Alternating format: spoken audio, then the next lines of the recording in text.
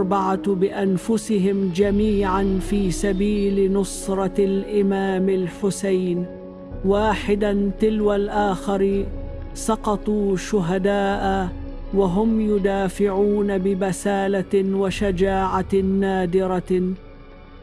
وعندما وصل خبر استشهادهم إلى المدينة المنورة، جاء أحدهم ليواسي أم البنين ويخبرها، فبدأ يعزيها باستشهاد ابنها عبد الله، ثم عثمان، ثم جعفر، ثم العباس.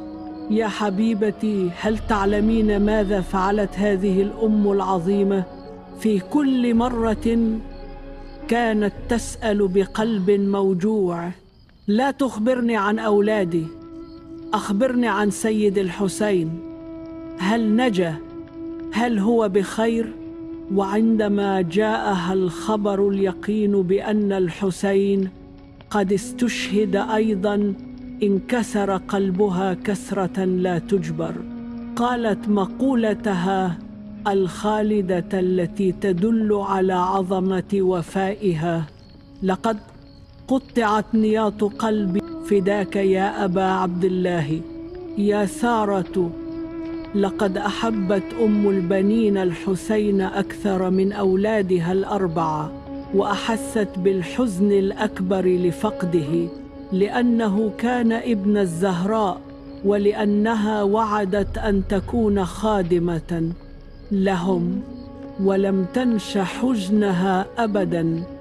فكانت تخرج إلى مقبرة البقيع وهي تحمل طفلها الصغير عبيد الله، وتندب على أولادها وعلى الحسين بحرقة عظيمة، حتى كانت تبكي أهل المدينة جميعا.